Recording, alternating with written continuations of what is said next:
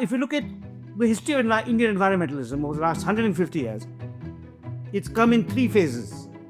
The first phase, which is, shall we say, the 1890s to the 1940s, and then after 1947, we are committed to growth at all costs, and environmentalism is buried. A rebirth through a second phase from Chipko onwards till the 90s, and then you have liberalization, and we forget all about sustainability for another 2 decades, and then you have climate change. Hello and welcome to this special interview with Ramachandra Guha on World Environment Day. With his latest book, Ram Guha returns to his roots. It's titled Speaking with Nature, The Origins of Indian Environmentalism. Our rivers are biologically dead. This has nothing to do with climate change. Groundwater levels are depleting alarmingly because of overexploitation. That has got nothing to do with climate change. Look at chemical contamination of the soil. This has nothing to do with climate change. India is beset by a range of very serious environmental problems, human-made, Indian-made environmental problems, Indian-made. My students introduced me to pioneering American environmental thinkers like John Mayer, like Aldo Leopold, like Rachel Carson's, and I started wondering. These are all again late 19th, early 20th century, mid 20th century figures. And I started wondering, are they Indian analogues of such thinkers? Very curious to read in your book about the work of K.N. Munshi. You describe him as India's as the first Hindutva environmentalist. The prosperous merchants of Mumbai knew him and admired him because of his colossal reputation as a lawyer and as a Gujarati novelist, because many of the merchants were also Gujarati. And he addressed them when he said, I am a Brahmin, and you merchants are supposed to serve Brahmins like me. Do Indians speak to nature in a specifically Indian way? Are they things that characterize an Indian voice? I don't think that you can characterize Indian voice. You can characterize multiple voices working in India. The history of India is different and distinctive from the history of America. The culture, in terms of, for example, in this case, our religious and linguistic diversity, the operations of the caste system, what particular forms patriarchy takes, the economic system, in our case, we were a much more agrarian society, and of course the history, in this case, colonialism, nationalism. And those, the cultural, historical, sociological, economic, and ecological specificities of India inform how these thinkers react and respond and advocate and prescribe. Hello and welcome to this special interview with Ramachandra Guha on World Environment Day. With his latest book, Ram Guha returns to his roots.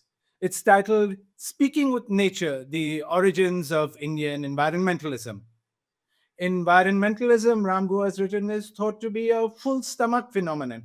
It's believed to be a Western concern because people in countries like India are simply too poor to be green. That's a myth he conclusively blows apart. In Speaking with Nature, he explores the work of 10 individuals, though not all of them Indian, who have warned about the dangers of environmental degradation from an Indian point of view. Many of you know Ramchandra Guha for his magisterial biographies of Gandhi, for his work on cricket, for India after Gandhi, his authoritative history of independent India, and for his collections of essays. If you're a regular reader of Scroll, you've admired his perceptive, hard hitting fortnightly column. Not so many people recall, though, that Ram's first book, The Unquiet Woods, was about the Chipko movement to conserve forests in what is now Uttarakhand. And several of his other early works concern the environment. They include This Fissured Land and Ecology and Equity, both co authored with Madhav Gadgil, and How Much Should a Person Consume? It's great to have you on this video interview with us, Ram. Thank you, Naresh. To begin with, much of the discussion on the environment today is focused on the problem of climate change and how to mitigate its effects. But as you pointed out before, India would be an environmental disaster zone even without climate change. Could you explain that assertion, please? So, if you look at some major environmental problems that plague us today in 2025, we are now in June. In a few months, you'll find that in Delhi, all we'll be talking about, all the headlines of the newspapers will be about pollution, air pollution, the impact on health, how, and not just Delhi, the cities of northern India or many of them are ranked among the top 20 polluted cities in the world. Now, this has nothing to do with climate change. Delhi is cited on the Jamuna, as are many of our rivers. Patna on the Ganga, Pune on the Mula and Mutha, and so on. Ahmedabad on the Sabarmati. Our rivers are biologically dead. This has nothing to do with climate change. If you look at across India, if you look at some of the most important uh, agricultural states like Punjab, groundwater levels are depleting alarmingly because of over exploitation. That has got nothing to do with climate change. Look at chemical contamination of the soil. This has nothing to do with climate change. So you have four or five major environmental problems caused by human abuse, uh, misguided, faulty industrial, economic, technological choices. These collectively impair the health and livelihood of hundreds of millions of Indians. And uh, in fact, uh, poor and working class Indians suffer more because people like me can insulate. Ask if I live in Delhi, I have an air purifier, or I drive in an air conditioned car, or I drink bottled water, and so on. So, India is beset by a range of very serious environmental problems, human-made, Indian-made environmental problems, Indian-made, which impact the lives, the livelihoods, the health, the employment possibilities of a very large section of our population, probably possibly half our population. Now, climate change is an add-on. So it intensifies this. So, for example, if you look at our two most important mountain chains, the Himalaya and the Western Ghats, which are a reservoir of our rivers and our water, and water really sustains life. Also, a great reservoir of biodiversity, home to many of our most sacred and much visited shrines. Now, if you look at how these areas have become vulnerable, again, because of human induced mismanagement. And again, I would emphasize, and I'll explain why I'm emphasizing Indian induced mismanagement by us and our compatriots. Uh, Climate change uh, uh, is caused by global warming. And historically, the main contributors to global warming are the countries of the advanced West, so Western Europe and North America. But though the largest contributions to climate change come from the first industrializers, the European powers, which are also the colonizers, they impact everyone. I mean, all of Asia, Africa, Latin America, they impact everyone.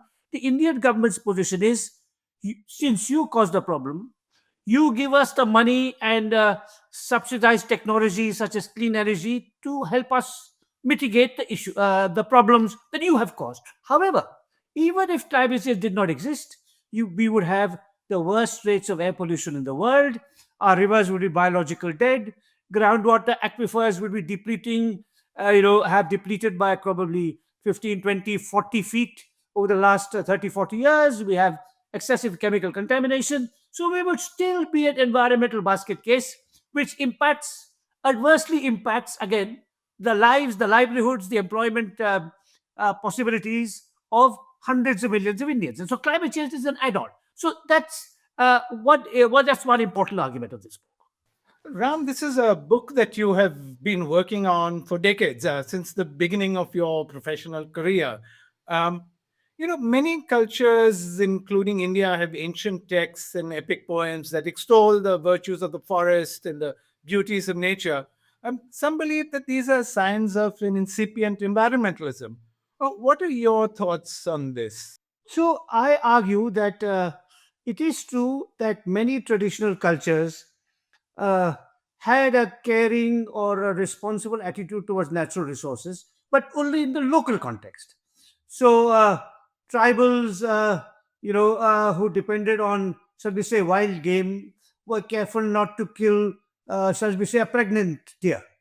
uh, Peasants who dependent on healthy forest cover would regulate what each member of the family could take in terms of fuel, wood, and fodder.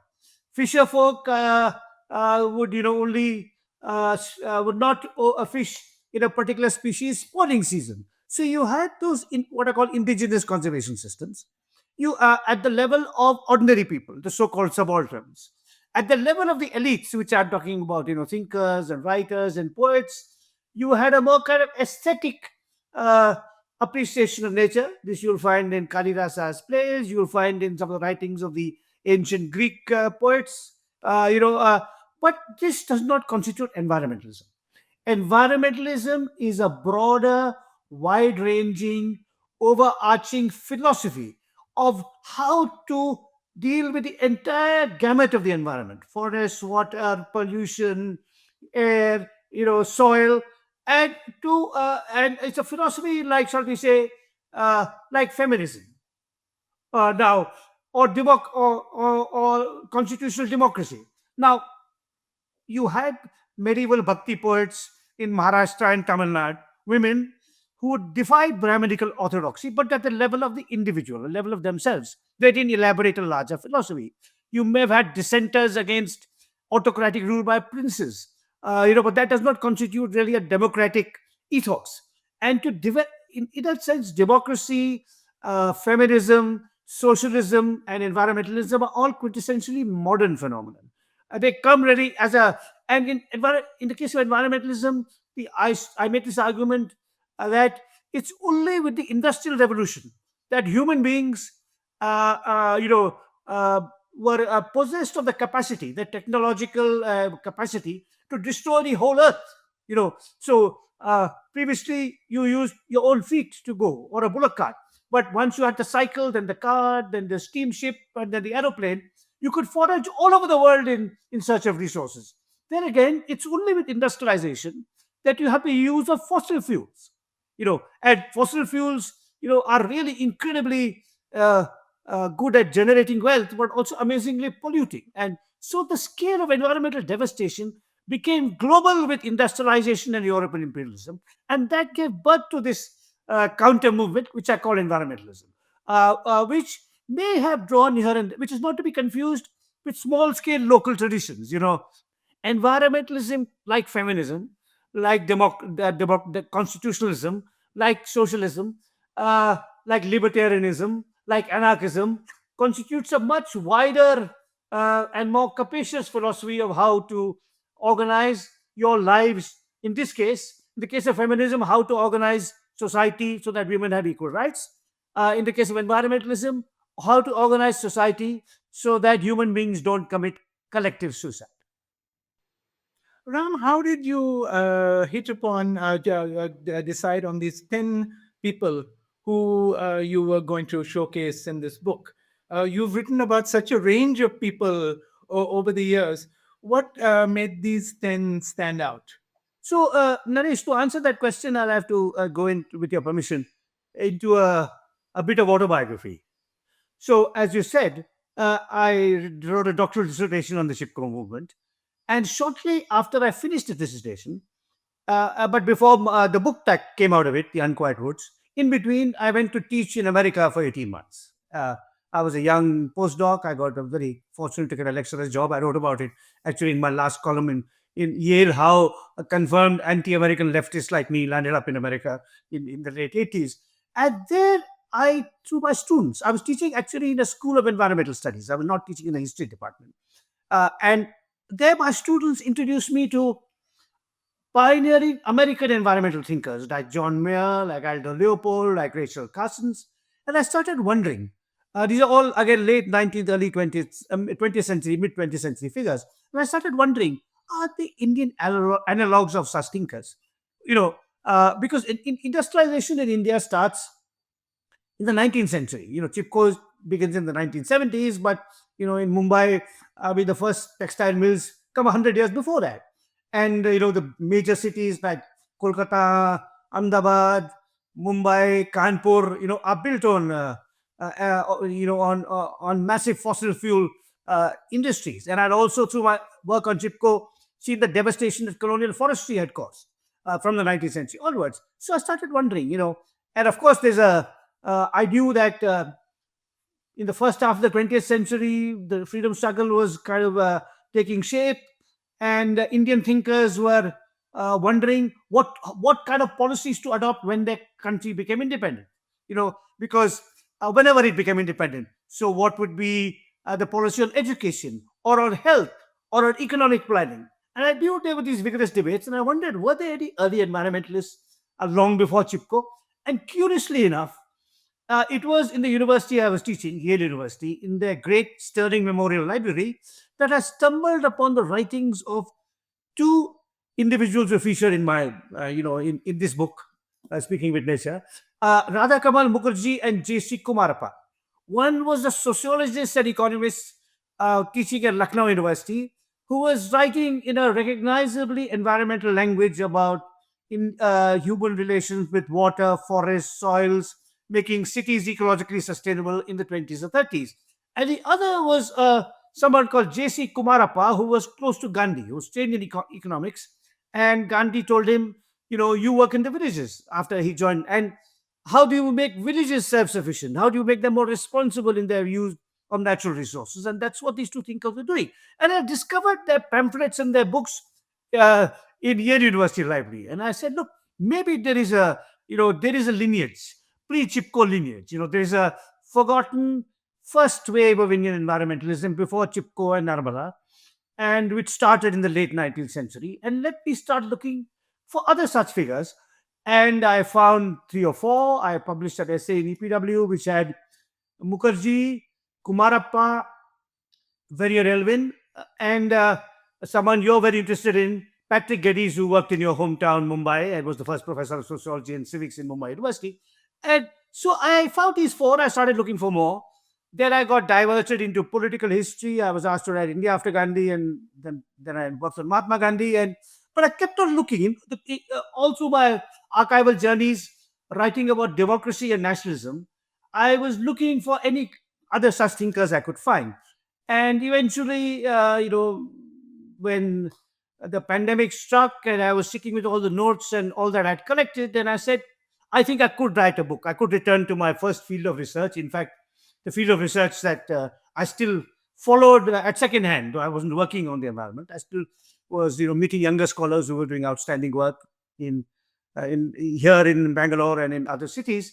And then I kind of chose these 10 because I thought on these 10, I had enough enough material to write a substantial chapter on each one of them. I mean, there are questions about, why 10, could have had 11, 12, but that's for later scholars to follow up and, to correct my, fill in the gaps and correct my mistaken interpretations.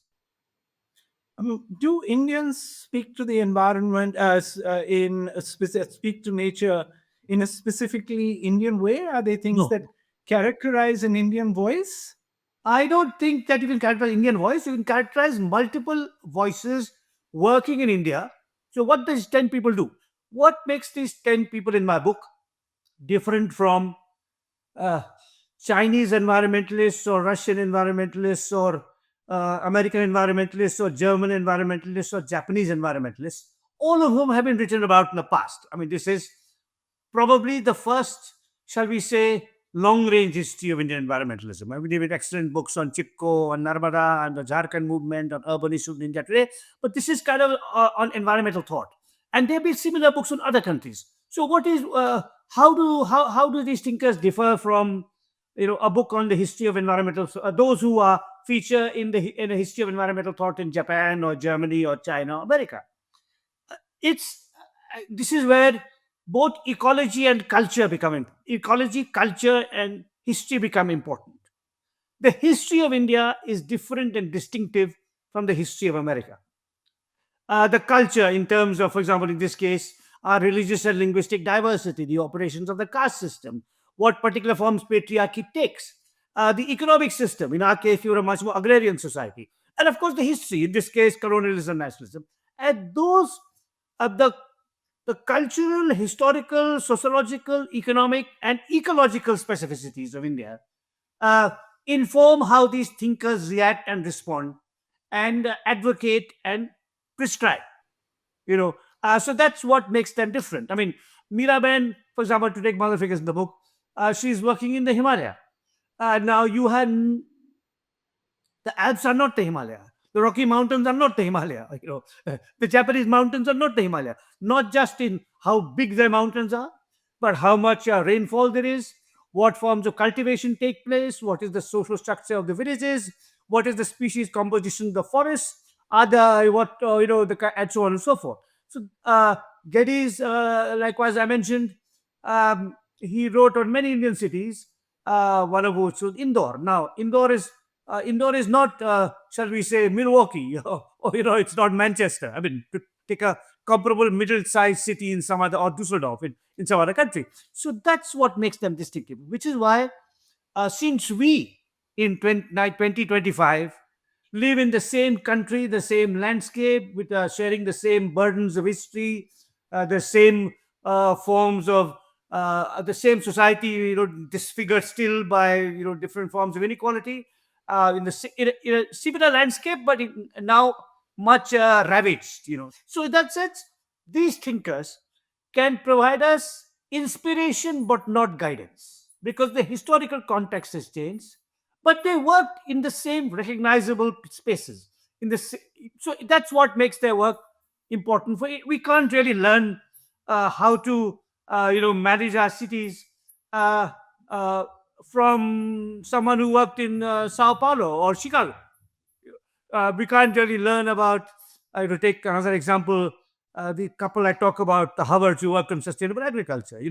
We can't really, they actually are, I think their work is still relevant, and there are people who are still taking their work forward in India in a modest way. But, agriculture scientists who worked in, shall we say, the Caribbean, that the whole ecology and culture is very different. So, in that sense, that's what makes them Indian, relevant to India.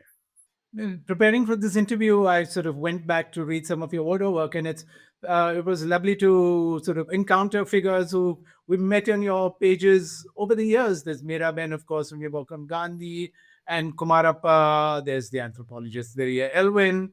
M. Krishnan is here too, and you've edited a book of his essays.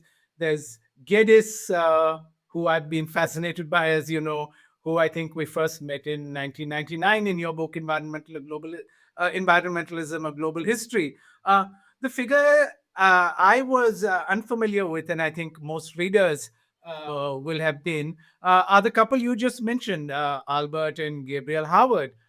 You describe them as dissenting scientists who were searching for an ecological agriculture. Um, who were they, and how did you excavate their work? So yeah, it was on. I'll first start with the second part of your question, Naresh. How did I discover or find out about their work? It was on that same teaching stint at Yale in the late 80s, where a student of mine, a wonderful student of mine called Joel Seaton, who I've kind of lost touch with. I was in touch with him quite a long time, and he was both a student and an activist. In fact, he was known in the Yale campus as Captain Compost, because he used to organize, composting back then in the late 80s, and go around to the different apartments. He showed me a book by the American poet Wendell Berry about sustainable agriculture, and it's called The Unsettling of Agriculture. And there he had a Wendell Berry talks about how inspired he was by the Albert Howard, only one of the couple, and his writings. So I went to the library and found one of Howard's books, and discovered that he lived in India for a very long time. Uh, but the book was written after he retired to England, and that kind of inspired organic farmers all across Europe and North America, not just Wendell Berry, but a very famous organic farming press called the Rodale Press, which is still quite active in America. And that's how I discovered Albert Howard. And then I started reading about him. And then I found out more about his remarkable wife, who had predeceased him by a decade and a half, actually almost 2 decades, but was an equally able scientist, and in some ways more ecologically oriented than Albert Howard. And their work was really a partnership. And that was a not an easy chapter for me to write, because I know I've never studied agriculture. I've studied forests. I've studied, activism. I have, of course, lived in cities. I know something about Indian social structure because my PhD in sociology. So I know about caste and gender and tribe and so on. But I don't have any kind of farming background, either in my family or in my professional career till the Howards. So I showed it to A.R. Vasari, who's one of our very fine rural sociologists, Infosys Prize winner, who donated her Infosys Prize money to starting a school for sustainable agriculture outside Mysore. So I said, please read it, and she read it and gave me some critical feedback and some more references to read. And then one other reader, in this case, an American historian who read that early chapter, said, "I think there could be even more about Gabriel than uh, you provided clues in your draft." So that I did more research on Gabriel, and it became really a chapter about the two of them together. So, uh, I'd say that. I, I mean, this is, you know, uh, uh, uh, that's I'm grateful for the community. Of scholars who have sustained me in this field for so long. In fact, the acknowledgements is has many more people thanked than in most of my other books, because they're people who inspired me from the 80s onwards. Gave me clues on where to look for material on Geddes, or uh, you know, and so how to understand J.C. Kumarappa in a more insightful way, and so on. So yeah, that's so. In a sense, I though this project started 35 years ago, I'm glad it took so long to complete. Well, at the time, you were an anthropologist among the Marxists, and as a student, as you pointed out in Unquiet Woods, Indian environmentalism can sometimes seem to be an ideological orphan. Even Yes. though the left has ignored ecological concerns for decades, dismissing it as a bourgeois deviation from class struggle. Right wingers often categorize environmentalists as leftists and, of course, Yes. anti nationals opposed to India's development. So it's very curious to read in your book about the work of K.M. Munshi, who Yeah. was, as you note, a minister for food and agriculture in a Nehru cabinet. And you describe him as India's, as the first Hindutva environmentalist. How did his faith influence his views on conservation? So Bulshi is again a fascinating character, a little bit like Tagore. We saw comparable to Tagore, but a little bit like Tagore. Like Tagore, he is known for many other things, and not for his environmental writing. So Tagore is known for being the greatest, someone who transformed the Bengali language, for being the first Asian to win a Nobel Prize, for founding a visionary university, for being a world class, taking to art in his late in life, for inspiring Gandhi, Nehru, Bose, and so on and so forth. And Munshi also achieved distinction and is still remembered for his contributions in other spheres. As a popular Gujarati novelist, for example, his Gujarati novels. But more than that, as one of the most successful commercial lawyers in Mumbai, as the founder of the Bharatiya Vidya Bhavan, and indeed as the coiner of the term Vishwa Guru, which may come as news to some of your viewers, as someone who was in the Constituent Assembly and played quite an important role in his deliberations, who was a right hand man of Sardar Patel and was sent by him to oversee the integration of Hyderabad. So he's known for lots of things. But I found, like trawling through his writings, that when he was appointed Minister of Food and Agriculture in 1952, after the first elections, and forestry was then under the Ministry of Food and Agriculture. Now it's a separate ministry called Ministry of Environment and Forest. And now a third item, climate change, has been added onto it. But that's only since 1985. All along, from 47 to 85, it was under the Ministry of Food and Agriculture. And he was appointed Food and Agriculture Minister, filed forests under his purview, and decided to use his learning and scholarship and Hindu faith to promote a festival called Vana Mahotsava. Now, India is full of festivals.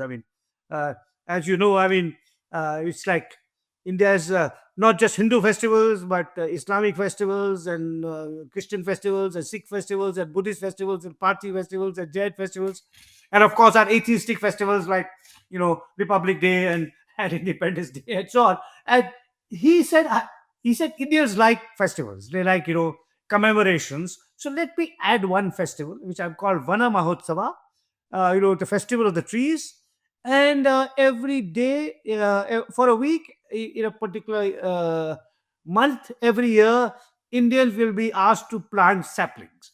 And this is, he argued, because of his scholarship, he kind of very rather innovatively, and I would say even instrumentally, used his knowledge of Hindu mythology to give this a Hindu caste.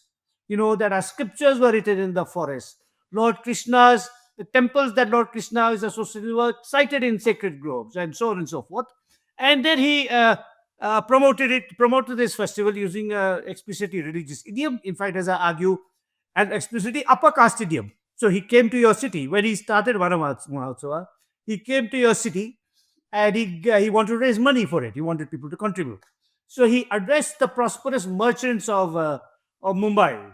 And the prosperous merchants of Mumbai knew him and admired him because of his colossal reputation as a lawyer and as a Gujarati novelist, because many of the merchants were also Gujarati. And he addressed them and he said, I am a Brahmin, and you merchants are supposed to serve Brahmins like me. So donate money to the festival. Now, so, I mean, of course, you can that kind of idiom is probably still used by some right-wing Hindu thinkers, but no minister can use it. I mean, if a minister uses it today, they'll be out of a job. But he was able to do that here and then start this festival and give a series of for the next few years when he was a minister and later governor of Uttar Pradesh, give some incredibly eloquent speeches about Hindu culture and forests. And he was a fabulous, like Tagore, he was a great writer. I mean, not as great as Tagore, but in his own way, and lawyers need to know how to make a case persuasively. And but before before his spell as minister, he had been in public life for 40 years, and he'd never whispered, you know, forest, water, soil, environment, clean air. And after his spell as a minister, he lived another 15 odd years, and similarly, so it was just a short period, a short burst in which he became a kind of a proselytizer for the fusion of Hindu religious faith with modern environmentalism. So I thought I must include him. I mean, and it's yeah. So that's how that chapter came over. Well, there's one figure who casts a long shadow over the book, and that is, of course, Gandhi. He left his mark explicitly on Miraben and Kumarappa, and he doesn't merit a chapter of its own. In our age, we speak of him as a model for minimal lifestyles and all of that. What explains that decision? So he is there. He's there. Narrates not just in the people he influenced, but on the cover, which has Tagore and Gandhi, in the epigraph, which is from him. But there is no references to the Chipko movement, which was inspired partly by Gandhi and so on. But there is no separate chapter on him. And that's principally because I just published a 2-volume, 2,000-page book on him. But there's a secondary reason, and I can, reveal it here for the first time in public. I'm writing uh, uh, uh, a new book on Gandhi, which is not a biography. Which is a kind of a sequel to my narrative biography, which is a thematic book about Gandhi's ideas. So, so there'll be Gandhi's ideas on race, on gender, on technology, on religion, on nonviolence, on the state, uh, and so on and so forth, and a chapter also on his Gandhi as an environmental thinker. So I thought that would fit better there, and give Gandhi a break for the time being. I mean, but he is Well, invisible. He's visible and invisible, as you point out. we look forward to reading then about Gandhi and environmentalism in your book when it comes out. How have your views on environmentalism changed over the decades, especially with regard to what you describe as the sins of patriotism and presentism? I'd say when I went to America, I wanted to exalt Indian environmentalism over American environmentalism. And I wrote an essay, a rather famous, notorious essay called, which was published under the title in an American journal. It carried the title Radical American Environmentalism and Wilderness Preservation, a Third World Critique. Now, it was a polemic, and some parts of it have merit, but like any polemic, it kind of simplified things. And I came to believe much more in a kind of a cross-cultural approach to these things, and that's why there are 5 non-Indians in this book, albeit all of whom lived here and did serious work in India. And with regard to presentism, I was always looking for lessons from history when I was younger, and now I don't. I mean, I look for maybe clues and maybe some vague kind of inspiration. So as I said, these thinkers are not guides, they are signposts. I think it's still worthwhile reading them for their own sake, and also to understand and how a little better why we are in the predicament we are in today, the predicament we talked about when we began this conversation, in which really climate change is a minor actor in the Indian environmental predicament today. It's not a absent actor, but it's not the major actor. So in that sense, the older I've got, I see history as a form of education, but not instruction. Ram, thanks so much. As we end this conversation, I'd like to read the conclusion from one of your early books, Environmentalism, A Global History. And the processes of development you note have brought, for some areas and some people, a substantial increase in human welfare. But it's been marked by a callous disregard for the environment and the needs of generations to come. Um, the environmental movement, you note, has insistently moved people and governments beyond this crippling short sightedness by struggling for a world in which the lion and the tiger still roam free, where the harvest of nature may be most justly distributed across members of the human species, where our children might more freely drink the water of our rivers and breathe the air of our cities. The environmental movement has shown us a common future, you write, and the multiple paths to get to it. And I think with this book, you show the multiple paths that Indian thinkers have indicated a direction towards. So, thank you so much for spending this time with Can I us. can I add one postscript, Naresh, if Please I may? do. So this book is a pre-Chipko and pre-climate change book. It's really a pre-Chipko book because my first book was Chipko. But after I wrote it and published it, and the reviews started coming in, and I started giving talks on it, I realized that we really need a book written by someone else, not by me, because I'm not that qualified to write it. From Chipko to climate change, a history of Indian environmentalism from Chipko to climate change, which talks about Chipko, Narmada, Kerala, the Kerala fisher folk struggle, the formation of the Department of Environment, the promulgation of new laws, the creation of environmental activist groups like Kalpavix, the Center for Science and Environment, the growth of ecological science in Bangalore and other cities. This is my special plea to a younger scholar, a group of younger scholars. That will be a book covering. So, again, if I may just take one more minute, if you look at the history of Indian environmentalism over the last 150 years, it's come in three phases. The first phase, which is, shall we say, the 1890s to the 1940s, and then after 1947, we are committed to growth at all costs, and environmentalism is buried. A rebirth through a second phase from Chipko onwards till the 90s, and then you have liberalization, and we forget all about sustainability for another 2 decades, and then you have climate change. So there are three waves. My book has tried to document the first wave. I think that a rigorous documentation of the second wave would be a very valuable scholarly exercise, but also a much more pertinent contribution to today. I mean, Geddes was writing 100 years ago. The activists of Chipko movement were active 30, 40 years ago. So in some ways, their work and the scientists who are still, like Madhav Gadgil, for example, whose last book, A Walk Up the Hill, brings the story up to the present. So I would love for a younger scholar or a group of younger scholars to document that second wave seriously, rigorously, and thoroughly. And I'd be the first reader of that kind of book. Well, on World Environment Day, that's a call that goes out to people who are viewing this program. Thanks again, Ramachandra Guha. Thank you, Laris.